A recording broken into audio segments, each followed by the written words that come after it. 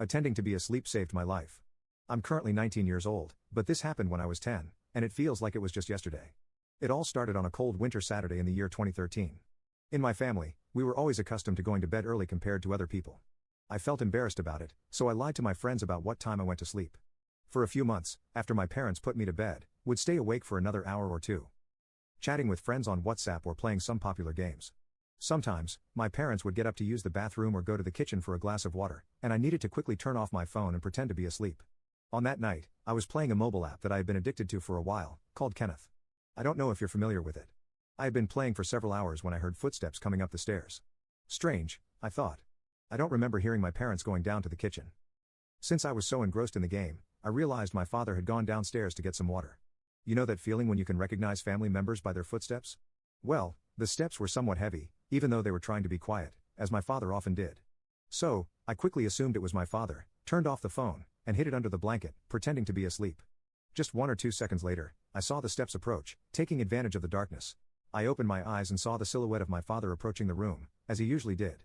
After a few long seconds, he returned to his room. I thought, great, I can play a little more. I listened when he opened the door to his room and went back to sleep. I had the habit of counting to 5 to make sure he couldn't see the light from my phone in his room when I hadn't heard the door close. 1 2 3 4, as I was about to return to my gaming addiction, I heard loud, sharp knocks coming from my parents' room. This made me hesitate to turn my phone back on. They were loud and dry knocks. I didn't know what was going on, but I assumed it was something related to adult matters. My friends had mentioned such things, and I was curious to see what it was really like since they talked about it so much during recess. I decided to sneak a peek since the door wasn't closed. I got out of bed, moving as quietly as possible, and approached my parents' room, crouching and leaning against the door, hoping to catch a glimpse of something to report later. Please, don't judge me. I vividly remember what I saw. I saw the shadow of a large man with what appeared to be a knife, striking what seemed to be 2 soft pillows. I was paralyzed, watching and hearing those dry blows. Instantly, I knew they weren't pillows, they were my parents. I didn't cry or scream, I just took a deep breath. Nothing. I didn't even have the courage to let the air out of my lungs. I was completely frozen. My brain went into some kind of shock, and I snapped back to reality. I heard a voice in my head, something like, "Go back to your room now or you'll die." Without thinking, I obeyed. I returned to my room more cautiously than when I left. I had trouble breathing, and my heart was racing uncontrollably. I stared fixedly at one spot, not thinking about anything.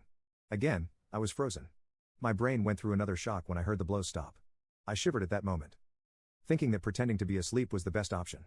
So, I lay in bed, making as little noise as possible, and closed my eyes. I felt my heart beating rapidly, something I hadn't experienced since even during physical education classes. I could hear my heartbeat pounding in my head until I heard the footsteps again.